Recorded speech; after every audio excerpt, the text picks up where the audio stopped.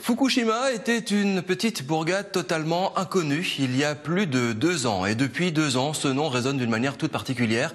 C'est le site de l'une des plus grandes catastrophes nucléaires de l'histoire de l'humanité. Je vous présente Antonio Pagnotta. Bonjour Antonio. Bonjour Tanguy. Vous êtes photojournaliste. À côté de vous, Eric Schulz. On vous connaît Bonjour. bien. Ici, bonjour, conseiller municipal Europe Écologie Les Verts. Antonio, vous avez écrit un livre qui s'appelle Le dernier homme de Fukushima. Publié aux éditions Don Quichotte. Vous êtes ici venu spécialement pour nous en parler. Merci beaucoup. Vous avez travaillé 2 ans sur place pour nous raconter un petit peu la vie à Fukushima. Eric Schulz, au nom d'Europe Écologie Les Verts, vous étiez également déplacé il y a quelques mois à Fukushima pour participer à un sommet. On va vous raconter la vie sur place, à quoi ressemble la vie après une catastrophe nucléaire.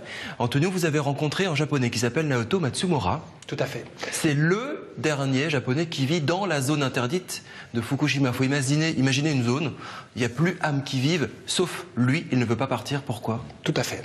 Naoto Matsumura est un japonais de 51 ans lorsque la catastrophe se déclenche.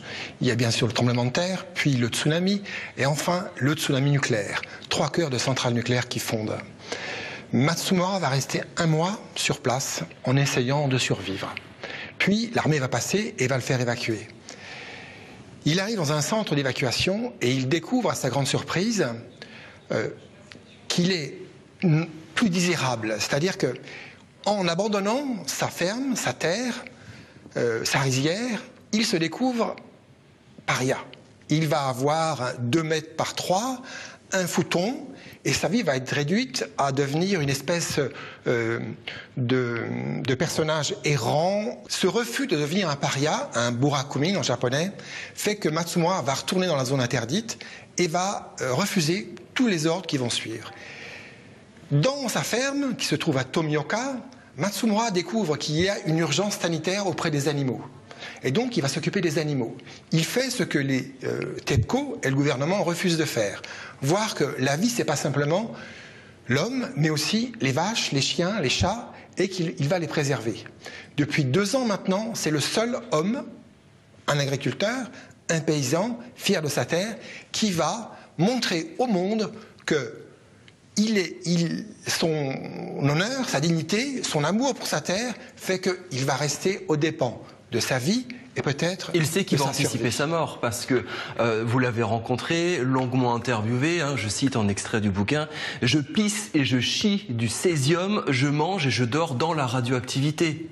Il a passé des examens à Tokyo, on l'a quasiment traité de héros parce qu'il avait une capacité extraordinaire à encaisser les radiations. C'est à la fois extraordinairement triste et poignant. C'est-à-dire que Matsumura encaisse les radiations. S'il a des problèmes, il ne le dit pas. Mais tous les jours, le travail qu'il fait, c'est s'occuper de ses animaux, s'occuper des chiens, des chats errants, et aujourd'hui, il s'occupe de 70 vaches. Sur place, à Tomioka, c'est l'unique, je dirais, oasis de vie, mais aussi d'espoir par rapport à une zone, la zone interdite, où les oiseaux ont disparu, les insectes ont disparu, et les hommes ont disparu. Donc, dans cette espèce de paysage d'apocalypse, un homme seul tient debout. Eric Schulz, comment vous interprétez cette aventure de Naoto Matsumura, l'homme qui reste dans une zone contaminée, il sait qu'il va anticiper sa mort, il sait qu'autour de lui, il n'y a rien à part la désolation. Mais je crois que c'est assez emblématique de ce que j'ai pu voir sur place aussi. Vous étiez il y a quelques mois également? J'étais en décembre, le 14 décembre 2012, mais on a beaucoup de personnes parmi les évacués, moi je n'étais pas en zone interdite, parmi les évacués qui nous ont dit à quel point, je me rappelle en particulier de jeunes filles qu'on a vues à Minamisoma, qui nous ont dit le jour du tsunami, le jour de la catastrophe, notre futur s'est arrêté. Et elles ont extrêmement conscience du fait qu'à partir de là, tout ce qu'elles avaient prévu, toute la manière dont elles pouvaient se projeter dans leur avenir, de petites filles, jeunes filles, futures femmes, c'était définitivement terminé. Donc elles sont dans des baraquements, au bord de l'autoroute, sur des parkings, des Algeco de fortune, les Algeco japonais, dans lesquels on les a placés et depuis, pour elles, il ne se passe rien. Et elles ont ce syndrome, à ce que vous disiez, le syndrome du paria. Elles savent pertinemment qu'elles ne pourront plus sortir de là, Elles savent pertinemment qu'elles ne trouveront pas de travail parce qu'elles sont considérées comme des parias, qu'elles ne pourront pas forcément se marier ni avoir d'enfants parce qu'elles sont marquées au fer rouge par cette catastrophe, qu'elles subissent plus qu'autre chose. C'est la culture japonaise qui provoque cet état Je sais pas, moi je me méfie des arguments culturalistes. Je pense qu'on est dans l'humain pur sucre. Alors il y a peut-être des volets culturels par-dessus qui se greffent, mais on est vraiment dans l'humain. Je voudrais juste dire une chose sur ces jeunes filles encore.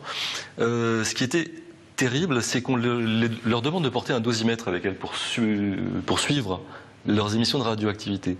Plusieurs d'entre elles nous ont confié le fait qu'elles le laissaient dans un placard, dans un casier, qu'elles ne voulaient pas vivre avec ça. Elles savaient que pour elles, c'était terminé. Et elles ne veulent pas qu'on leur rappelle en permanence cet état-là. Elles ne veulent pas être soumises à ça. Elles veulent vivre normalement. Alors c'est dans un déni aussi. On sait que c'est la catastrophe, on sait que ça s'est arrêté. Mais on peut vivre normalement à côté d'une zone interdite? On fait comme si. On essaie de faire comme si. D'abord, il faut dire que la zone d'évacuation n'est pas simplement l'unique zone où les radiations sont présentes. Itate, Minamisoma sont des zones chaudes, brûlantes de radioactivité. Itate, c'est 10 microsieverts dans l'atmosphère, que j'ai vérifié. Donc, ces personnes sont dans un espace radioactif, 10 microsieverts, il faut le rapporter en dose annuelle. Ça fait presque 100 millisieverts par an. La dose acceptable, c'est 1 millisievert. Donc c'est 100 fois plus. Et la zone des travailleurs du nucléaire exposés, c'est 20 millisieverts par an. Donc c'est 5 fois plus que les gens qui travaillent dans les centrales nucléaires et qui sont délibérément exposés. Quand le gouvernement japonais a pris conscience de l'immensité du désastre et donc des taux de radioactivité, il avait deux solutions. Une, c'était la faillite, parce qu'il aurait dû déplacer les personnes sur 80 km². La seconde, c'était sacrifier une partie de sa population. Donc les populations irradiées sont considérées sacrifiables et sacrifiées. Et cela pour sauver l'État. Le Japon, qui a une longue tradition des borakumin, des parias, des intouchables, crée de nouveau environ 200 000 nouveaux parias, nouveaux borakumin. On a finalement tiré les conclusions de Tchernobyl. En 86, Tchernobyl, on voit des liquidateurs, on voit des centaines, des milliers de gens mourir, on voit également des zones interdites, on voit également des villages, des villes, Pripyat, complètement évacuées. Est-ce que, voilà, aujourd'hui, en 2013, ça marche pas? L'école Tchernobyl et l'école Fukushima se distinguent par deux gestions de la crise complètement différentes. Tchernobyl, on se trouve dans une dictature, celle des soviétiques, où immédiatement l'armée va intervenir. L'Académie des sciences réagit très bien. Il faut contrôler, donc on va aller vite. En 3 mois, Tchernobyl est mis sous contrôle. Dans le cas de Fukushima, en 2 ans, les radiations, les fluides radioactifs dans l'air et sur la Terre continuent. Donc Fukushima n'est pas réglé. Pour preuve, les problèmes de fuites radioactives qu'ont les réservoirs de l'eau qui a servi... De l'eau polluée est en train de se déverser parce que les réservoirs fuient. C'est une catastrophe majeure qui arrive.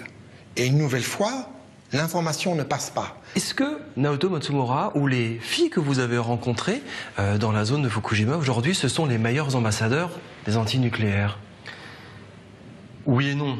Enfin, ambassadeur, c'est ambassadeur malgré elle, malgré lui. En tout cas, c'est, je pense, toutes les personnes qui vont sur place, comme vous l'avez fait, ce travail de fond, comme moi je l'ai fait de manière épisodique, qui deviennent les meilleurs ambassadeurs. Moi, le message qui m'a été répété plusieurs fois par des élus locaux, par des habitants de la population, c'est aller, de par le monde, c'est un peu grandiloquent, mais aller dire ce qu'il se passe ici.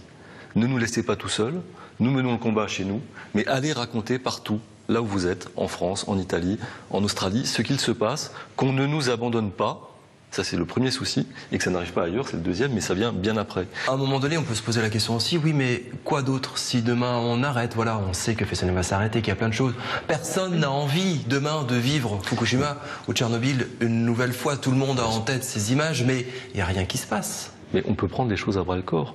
Moi, si vous permettez, on a fait une réunion avec le réseau des maires du périmètre qui s'est constitué pour sortir du nucléaire, des élus locaux qui nous ont dit d'ailleurs, premier message, c'est nous regrettons ce que nous avons fait avant, on nous avait promis que tout irait bien, et le jour où il y a eu la catastrophe, on nous a abandonnés. Et donc on a 80 élus locaux, même l'ancien préfet de la région de Fukushima, qui se sont fédérés dans un réseau sur le thème plus jamais ça, parce qu'ils se sont rendus compte des mensonges qu'on leur a donnés et de l'incapacité, ce que vous soulignez tout à l'heure, à régler la crise quand elle arrive. Donc qu'est-ce qu'on peut faire ? Le Japon a arrêté ses centrales nucléaires quasi immédiatement, instantanément. il les a mises à l'arrêt, mais il a déplacé le problème vers des énergies fossiles, vers le gaz, vers le charbon, vers des choses qui sont extrêmement problématiques. D'urgence. Et ce qui nous a frappé dans ces réunions avec les maires, c'est quand on leur a demandé si on avait une réflexion au Japon sur la transition énergétique, si on travaillait sur les baisses de consommation, sur l'isolation thermique des bâtiments. On leur a présenté le scénario négawatt sur lequel on travaille en France. Ce n'est pas du tout dans les préoccupations gouvernementales au jour d'aujourd'hui, la baisse de la facture énergétique. Donc on reste prisonnier d'un système qui induit de fait soit l'augmentation des gaz à effet de serre et l'épuisement des ressources fossiles, soit le retour au nucléaire. Mais le fond du problème, qui est la baisse de la facture énergétique, ils ont le même problème que nous.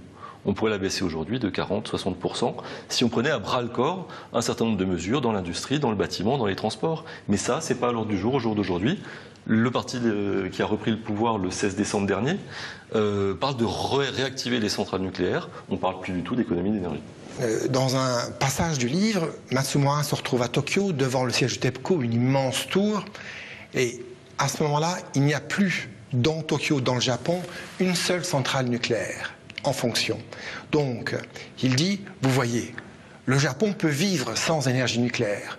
Nous pouvons y arriver. Donc il faut repenser la consommation, mais surtout il faut redonner un sens à la société. Il est courageux ou il est fou? C'est une leçon de courage qu'il donne au Japon, mais aussi à la planète. Parce que ce que j'ai appris avec lui, c'est en fait, si nous perdons notre humanité, donc notre capacité de compassion, d'empathie vers les personnes qui souffrent, nous perdons tout. La vie ne vaut plus la peine d'être vécue. Nous ne sommes plus des hommes, nous sommes devenus des pions. Dernière question, si je vous demande maintenant une image, une odeur, une vision à Fukushima, vous avez passé 2 ans là-bas, c'est laquelle, Antonio? Alors, c'est un son, c'est l'absence de son. Vous n'avez pas d'insectes, vous n'avez pas de grenouilles, vous n'avez pas d'oiseaux. C'est le silence. Quand on arrive dans la zone interdite, c'est le silence qui vous meurtrit le cœur. Eric? L'image que je garde le plus profond, c'est du côté d'Itate. Vous savez, toutes ces serres qui ont été abandonnées et qui sont envahies par des herbes folles aujourd'hui. Parce que cette région-là, c'était le potager de Tokyo. La zone maraîchère qui alimentait Tokyo en produits frais, fruits et légumes. C'était un territoire paysan, effectivement, il y avait un territoire riche, et ça s'est arrêté du jour au lendemain. Et on voit encore ces infrastructures, ces anciens signes d'opulence et de richesse, qui sont complètement désertés aujourd'hui, envahis par les herbes. C'est le désert. Il y a le silence, et il y a le désert le plus absolu. Le dernier homme de Fukushima, Antonio Pagnotta aux éditions Don Quichotte. Antonio, vous serez la semaine prochaine à Strasbourg, encore mercredi 17h30 à la FNAC. Vous allez faire un débat, présenter votre livre avec entre autres Corinne Lepage. C'est à 17h30 à la FNAC de Strasbourg. Merci beaucoup d'avoir participé à cette émission. Le dernier homme de Fukushima. On enchaîne par très cathodique.